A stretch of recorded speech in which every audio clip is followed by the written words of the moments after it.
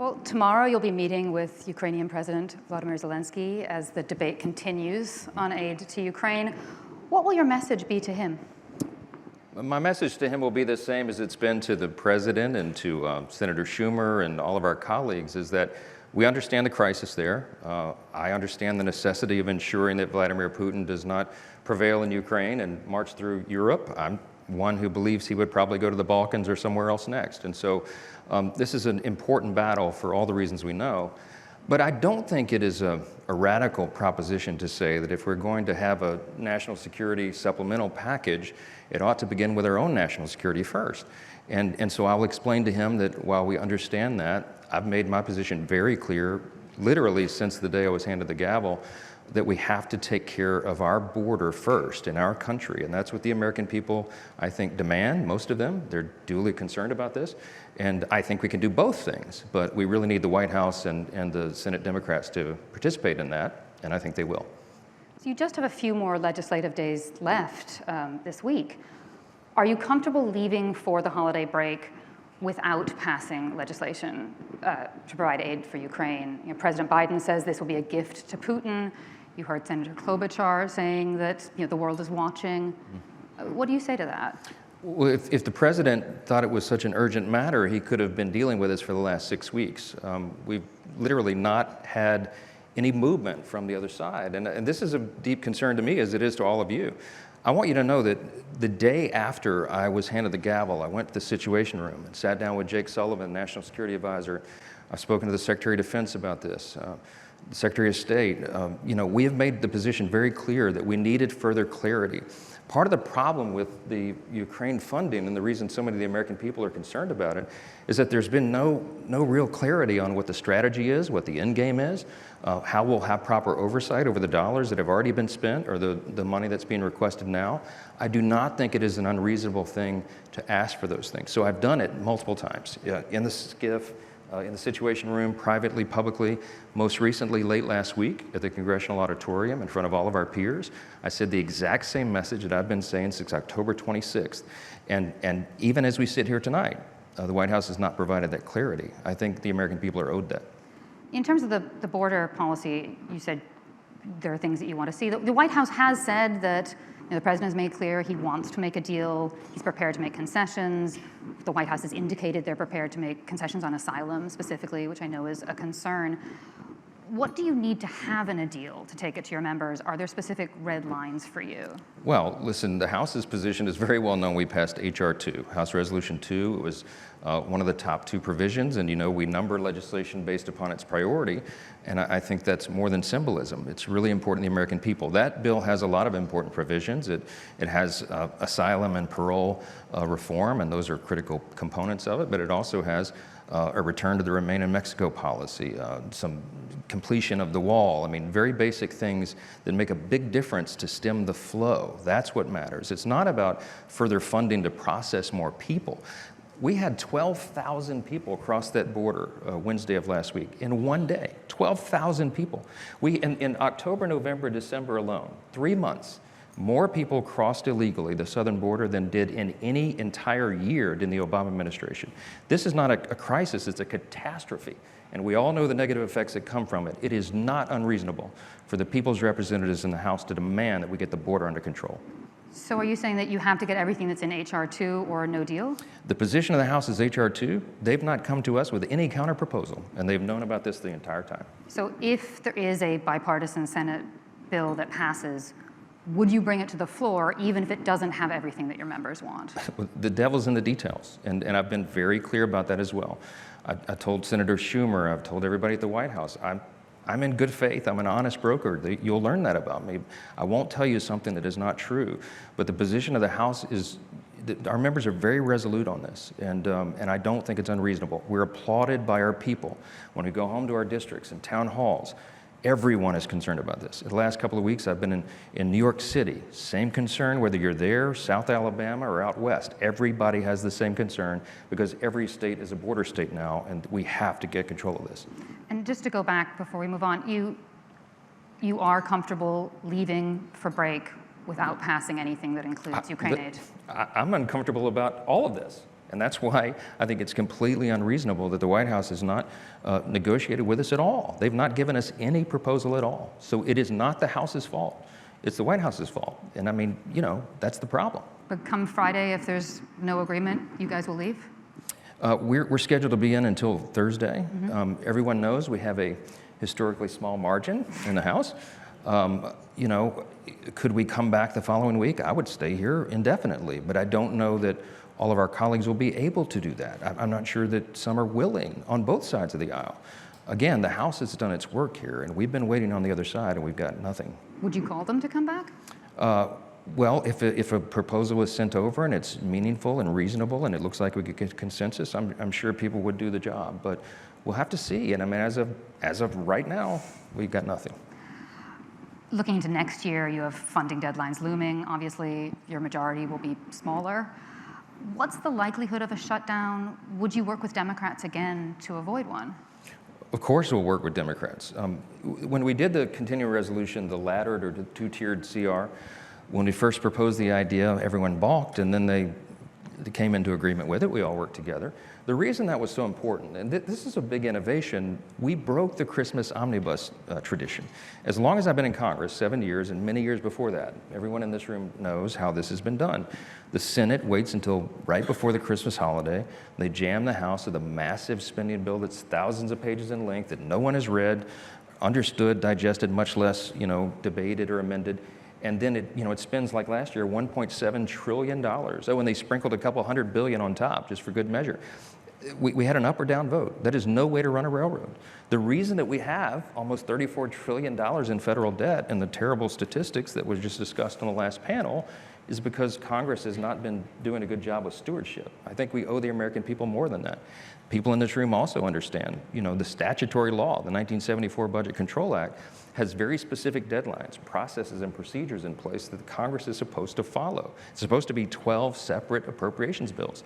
There's no muscle memory in Congress to do that because it hasn't been done in so long. What a radical proposition. I want us to follow the law. So the CR gets us into January and February. We broke the Christmas omnibus pattern. I think that was a big innovation and an important step. And now the hard work must be done to negotiate those individual bills. I'll remind you, the House has already passed 7 of the 12 bills, funding about 80% of the government. 11 of the bills have been through almost the final stage of process, if not passage on the House floor. So far, the Senate has done 3. So we would like to get to conference committees and negotiate all that and figure it out, and we want to do that in earnest, and we'll have a lot of important, quick work to do when we get back after the new year. Do you think a shutdown can be avoided? Oh, I sure hope so. I think operating by CRs and shutting down the government is a dereliction of duty. I don't think it's the way it's supposed to be done. And what we're going to try to do in the coming year is get us back to that process that the law requires, that we won't be in this situation again. I think that we can change the pattern here, and I think it will be a good thing for the American taxpayer to see that Congress is actually doing its job. You mentioned the debt, so I wanted to speak about that. You've laid out plans for a bipartisan debt commission. Can you tell us a little bit about what that would look like? How would it be different than previous commissions? Are entitlements something that would be on the table? Well, the commission, we've had a markup in the House Budget Committee. I think the Senate is working on legislation as well. We'll get together on both of those and figure out the final mechanics of it, but it will obviously be bipartisan, bicameral, by design. I think that they'll do some earnest work throughout the year, and the idea would be to complete and publish a report with some suggestions, probably the early part of the following year. And then I hope that we'll roll up our sleeves and begin to implement that. I don't want to prejudge what the outcome is. We do know that mandatory spending is a piece of this, of course, and everybody has to look at that soberly. If we don't do something soon, talk about a dereliction of duty. I just think that it's almost immoral what Congress has allowed to happen, and I think we have a real responsibility to fix it. And it's going to take tough decisions and hard votes, but I'm one who's willing to risk it all to make sure that's done, because that's our responsibility. Another headline this week is the vote on the impeachment inquiry into President Biden. I know you've explained this as a procedural step for that process, but at this point, have you seen any evidence to lead you to believe that the president is guilty of impeachable offenses? Well, I'm a constitutional law attorney. I had the dubious distinction or the request to serve on the impeachment defense teams twice. They did that to President Trump twice. And that's not an expertise I ever thought in law school I would need to develop. But I was on record hundreds of times lamenting that the Democrats at that time, I think, politicized impeachment, politicized the process, and I think they did real damage to our system and the institutions in that process. Next to a declaration of war, I think the impeachment power might be the heaviest that the House has, specifically, as you know, under the Constitution that's given to the House. And it's not something to be taken lightly. I think that the House, it is incumbent upon us under the circumstances that are presented in this case to investigate properly, do it methodically, slowly, deliberately, not in a political manner, and to follow each truth where it leads. I think we have a constitutional responsibility to do that, and the impeachment inquiry vote is the next necessary step to fulfill that constitutional responsibility. It's not a political decision, it's a legal one. And I've made sure my colleagues know where I am on that. We don't prejudge the outcome, but we have to continue. The reason is, as you know, the White House has begun to stonewall that investigation. They're not turning over critical documents, and they're not allowing witnesses to testify. So when that's challenged in court, the House has to be at the apex of its constitutional authority, and the way to do that is to have a floor vote, and that's why we'll be doing that on Wednesday. But at this point, where do you see the evidence? Well, I just rotated off the Judiciary Committee to become Speaker of the House, and I enjoyed that job. I like to be on Judiciary. But Judiciary Oversight and Ways and Means have all been doing the investigation. And as you know, I mean, there's a couple of numbers that stick out to me. I mean, 20 million, at least $20 million flowed into the Biden family from foreign countries, including Russia and China. We know that 22 times at least, President Biden either met with or spoke on the phone with business associates of Hunter Biden and James Biden. We know that 16 times he's changed his story about that. He's lied to the American people about his knowledge of the business dealings. This is compelling evidence, and the more the bank records have come forward and the Ways and Means investigation and oversight, you know, as my friend Jamie Comer says, chairman of Oversight, bank records don't lie. He's right. John Adams said facts are stubborn things. We have a responsibility to follow the facts wherever they lead, and we're still in that process, and we'll see where it leads. You recently endorsed former President Donald Trump. What do you envision in terms of a policy agenda, were he to be president again and you still to be speaker? Have you two spoken about that? What would that look like? Very briefly about it. I mean, he's been pretty clear about what his position is. He wants to do exactly the opposite as the Biden administration on, for example, our energy policy. We want to have robust American energy policy again, as we achieved during his first term. He wants to return to the policies that worked. He wants to obviously reduce the problem at the southern border and eliminate that problem. He wants to return to the Tax Cuts and Jobs Act kind of ideas, those policies to reduce regulations on business and job creators and entrepreneurs and risk takers, to allow them to flourish again. Look, if you rewind in your mind to right before COVID hit, right before that, we had achieved the greatest economy in the history of the world, not just the US. We all know it. Every demographic was doing better, and it was because of policy choices. And so I think what President Trump will be resolved to do is return to those policies, and we want to help. I think Congress has an obligation to turn back to that so that we can enjoy the prosperity and liberty and security that we had during those years. Would a national abortion ban, like the 15-week bill, for example, would that be on the agenda, do you think? There's no national consensus on abortion. When Dobbs was overturned, obviously the decision returned to the states. I mean, I'm a pro-life person, but also I often think about what Breitbart observed. He said politics is downstream from culture. And if you don't have a cultural consensus on a sensitive issue like that, I don't foresee Congress moving legislation on it. We need to build consensus nationally, and right now the states are all over the map on it. Trump recently said in an interview that he would be a dictator on, quote, day one. You just described yourself as a rule of law guy. I'm just wondering what your reaction is when you hear things like that. I think he was kidding. I think he was talking about executive orders on the border and energy policy. I didn't hear the quote, but I can imagine how that went. Look, the executive orders have been abused, right? Everybody knows that. The Biden administration, I think, is the worst offender in history, and I think the numbers show that. I am a rule of law guy. I'm a constitutional guy. I'd like to claw back Article I powers and get this thing restructured. But I understand his zeal about that. He's so frustrated, as we all are. in the energy sector, for example. I hate to keep hitting the issue, but it's so very important. Energy policy is national security policy. And what we've done in that space is maddening to me, and the border the same way. So I think those were the two issues he was referring to, but I don't think he intends to be a dictator, and I would not participate in such. And all these issues you're working on, you're dealing with a very challenging caucus, obviously. What's your approach to managing the different factions of the party? Well, as we say in my household, sometimes we have intense fellowship. We don't argue, we have intense fellowship. We had some this afternoon on some contentious issues. Look, democracy is messy. Congress is an institution that is built to have intense debate and deep philosophical differences amongst members. And then the idea is you sit around a table and you arm wrestle sometimes and you work out consensus to move the ball forward for the most people, to do the best. And that is the process you're seeing in earnest. We're in an interesting time in our politics. We all recognize it. 24-hour news cycle, 24/7, social media. In the old days, if you were elected to Congress and you were just kind of a newer member, a rank and file, you would sort of take your seat in the back and allow things to play out. You were often a team player. The only persons that got any press were the top 3 officers, in your party in that chamber, and most of your comments weren't known or heard by anybody except maybe your local newspaper. Well, that's all changed now, right? And with social media, everyone has potentially a giant platform. And everyone feels this need all the time, all throughout the day, to share their views on everything. It makes it complicated, right? When the founders put in their wisdom, when they put this matchless constitutional system together, when they had checks and balances, separation of powers, and the 2 bicameral legislature, they could never have conceived the environment that we would serve in as we do today.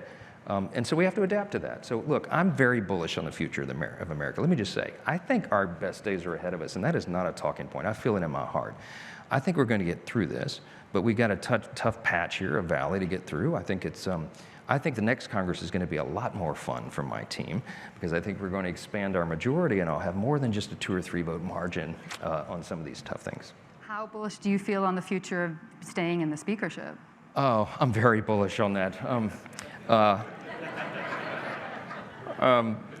The motion to vacate, is what it is. It's a sort of Damocles that would hang over the head of any speaker going forward. I think there's a lot of talk and consensus amongst our colleagues, really on both sides of the aisle, of raising the threshold because of this kind of new era that we're in. I'm tired of making history. This Congress, we do lots of unusual things now. We've changed a lot of norms and traditions, and as an old school kind of constitutional law guy, that it's uncomfortable to be a part of that. So I'm trying to convince my colleagues to get back to some semblance of regular order, regular process, the way that this is supposed to work, and let's stop making history on some of these things. I don't want to be the first on anything else. Yeah. You said you feel confident about the majority going forward. What's giving you that confidence that you guys can keep the majority in the next Congress? I've been out traveling the country, and I feel in the base of the Republican Party, but also larger than that. If you look at polling, and we don't all put a lot of stock in polls anymore, but when you're going out and you're out in the country and you're just meeting hardworking American folks and families, they're struggling right now. They're struggling with the cost of living. They're struggling with the mortgage interest rates. They're struggling with, they're concerned about safety and security. I talk to moms and grandmothers that are just like my own wife. They're worried that when they send their children off to the bus stop, that they want to make sure they're not going to be abducted. When they make it to school, they want to make sure they're not going to be indoctrinated. They want to make sure that their teenagers aren't going to get poisoned by fentanyl that's flooded on the streets of every community in America because of the open border. They want to make sure that when they graduate from school, they'll actually have an opportunity to get a job and not be drowned with student loan debt. These are real concerns of real people. They do not feel like things are going well. And what I'm excited about is we go out into that environment and we provide answers, solutions. I believe in these core principles that we're advancing, and I know that it can turn America around. We can fix this. We can ensure liberty, safety, and security and opportunity again. But again, it comes down to policies. And so that's what we're encouraging our candidates to go and talk about, and talk about it in the right tone. And I think it really resonates with people because they know we have to have a change. One more on 2024. If President Biden won the 2024 election, would you certify the results? Sure, of course. If it's a fair election, we assume it will be. I'll tell you, every town hall that I'm in, the first or second question is asked, no matter where we are in the country, the first or second question is about election security. People are, on both sides, are concerned about that. I do think a lot of great work has been done since the 2020 election in states across America. I mean, hundreds of pieces of legislation were passed by state legislatures and signed into law to improve the process. There are always concerns in certain areas, but I think there'll be lots of eyes watching it, and I'm certainly hopeful that we'll have a free and fair election. I mean, it's essential to our system. But yeah, we're counting on that, but I don't think Biden's going to win. I think it'll be the other guy. Turning to another topic, I know you've raised concerns about anti-Semitism on college campuses. The president of the University of Pennsylvania stepped down following criticism of her testimony at a congressional hearing. Do you think the presidents of Harvard and MIT should also resign? I saw highlights of that tape. I don't have a lot of time to sit around and watch the hearings right now, but I was talking with Elise Stefanik, the chair of our Republican conference today, who was largely responsible for evoking those answers that were just shocking. I mean, so much has been said about it, and it's all right. I mean, I think it's a symptom of a larger problem. I think it's what happened at a lot of these higher ed institutions is they've just been completely given over to this sort of, I mean, it really is almost indoctrination. This agenda, you know, starts with DEI and leads into all these other things. And it's an incredible double standard because these same people who would tolerate that are in the business of censoring and silencing, in so many cases, conservative viewpoints. And it just shows the hypocrisy, and it's laid so bare. So I don't think that's the right kind of leadership. If you can't say that the call for the genocide of the Jewish people is a violation of your values and your code of conduct, there's a problem. And I think the attention is due. You think those presidents should go? I think they should, yeah. You describe yourself as a man of faith, and that your faith informs everything you do. Could you talk to us about how it guides your work as speaker, sort of how it affects your day-to-day? Well, sure. I mean, look, much has been made about this idea that I'm a Bible-believing Christian. I mean, everybody here understands that everyone who comes to Congress operates from a certain worldview. Everybody has deep convictions and philosophies that they operate under. I don't think mine, at least in previous generations, wouldn't have been all that controversial at all. I think it's good to have people of faith serving in office because if they believe they answer to a higher power, that's really important in terms of accountability. That's certainly what the founding fathers believed, the founders of this country. They wanted a vibrant expression of faith in the public square because they felt like that morality and virtue found their seedbed in religion. I don't believe in imposing some sort of national religion. Everybody said, oh, he's a Christian nationalist. I don't even know what that means. It's nonsense to me. We respect all people of faith. That's the beauty of America, and it's a really, really important part of our tradition and our heritage in this country.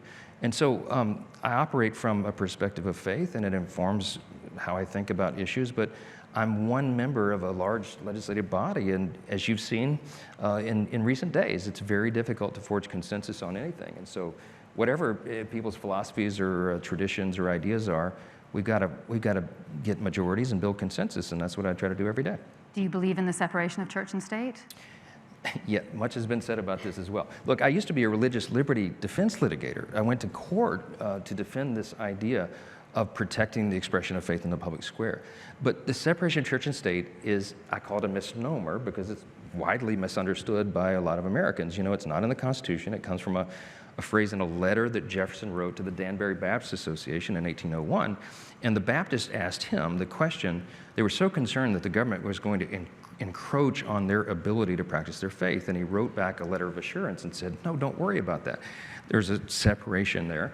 There's a wall, and it protects you from encroachment by the state. That's what he was talking about. What's happened in recent generations is the phrase has been turned on its head, and instead of being seen as a shield for people of faith, it's been used as a weapon against them to censor and silence them. I went to court for 20 years to defend that from happening, but it did for a long, long time. So, the point is that, the First Amendment, the first freedom that we have in the Bill of Rights is the right to the free exercise of religion. We don't have establishment of religion. We don't establish one religion, but we want everybody to freely exercise their faith because it's so important to who we are as a people. I'm going to see if there's any audience questions in a moment, but I'd love to know, you're 6 weeks into the job. Obviously, you were surprised, rise to speaker. What has surprised you about this, and what have you learned since you've taken on this role? It's been surreal. I think I'm 6 weeks and a few days into it. In some ways, it feels like 6 months. Somebody said it's like drinking from a fire hose. I said, no, it's like drinking from Niagara Falls while you're being kicked in the gut at the same time.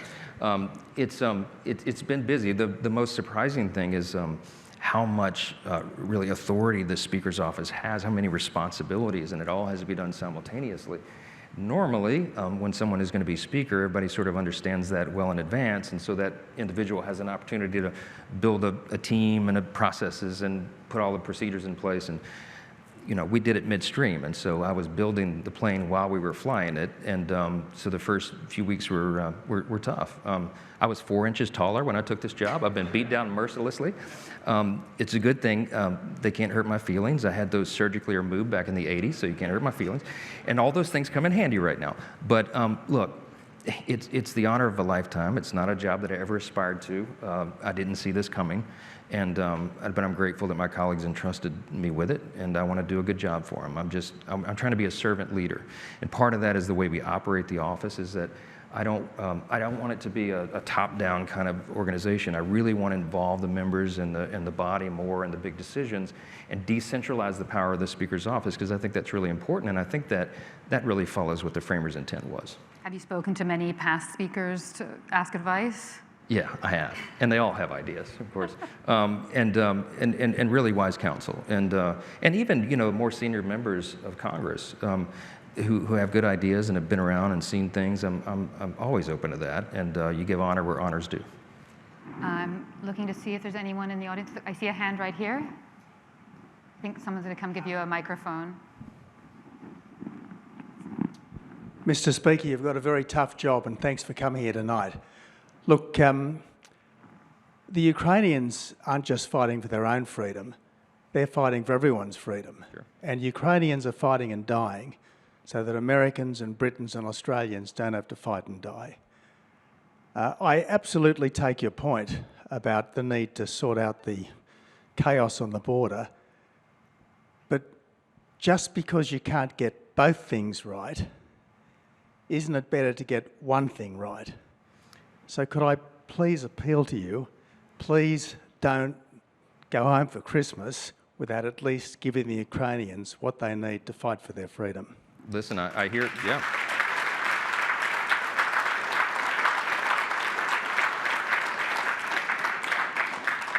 You've echoed the request that I've made to the White House since October 26th and that morning, and they've not come forward to help in any way.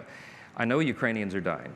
But you know that fentanyl is the leading cause of death in the U.S. for Americans aged 18 to 49, the leading cause of death.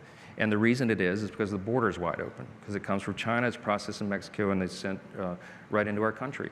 We have to fix our own border. It should not be a controversial notion. We should have done it a long time ago. And the interesting thing about this is that it's a policy change that's very simple to do. The president could easily do this, but they are unwilling, and I cannot for the life of me understand why. So we'll take care of our obligations, but when I go home, the American people, my constituents and constituents all around this country, are demanding that we get control of that border, and we can do both. We can do both. Well, I agree. I agree. I think I see another hand over here. Hello, Mr. Speaker. My name is Sid Wilson. I'm the president and CEO of the Hispanic Association on Corporate Responsibility. Can you clarify your comment that you just shared about higher education and diversity, equity, and inclusion? And what exactly is your position on it? And why, given the movement to dismantle a program or initiative that is supported traditionally underrepresented communities? Well, look, the emphasis of DEI, I think, has been, I think it's been run amok. I mean, I think that's what the experience shows us. My problem with all that is as I said, is the hypocrisy of it, right? Because while they will enforce speech codes against conservative viewpoints, in this case, when there is calls for the actual genocide of the Jewish people, they seem to have no problem with it. Speech codes are a dangerous road to go down, right? We respect the free marketplace of ideas, and we respect all people. All people should be given dignity and respect. That's an American value. But I just think some of these policies, the way they've been implemented has created this problem. The idea that a college professor, a university professor, could not testify under oath to a congressional committee and say clearly, unequivocally, that that is evil and wrong is beyond me. I don't understand it. And all I can subscribe it to is the enforcement of these policies, because I think that's where things started to go off the rails. Yeah, it wasn't about this, but the hearing about the anti-Semitism. It's given the fact that DEI normally impacts blacks, Latinos, LGBTQ, women.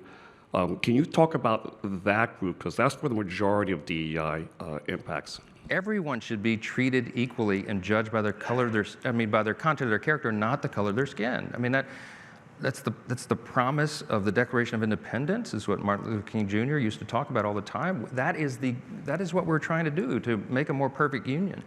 And I think by dividing people, I think that is part of the problem. I think we should all be seen as Americans. I mean, that used to be the value that we were aspiring to, and I feel like some of these policies have gone too far, and they've made people see one another as categories instead of all being Americans and neighbors and friends. I mean, to me, maybe that's an oversimplification, but that's the problem.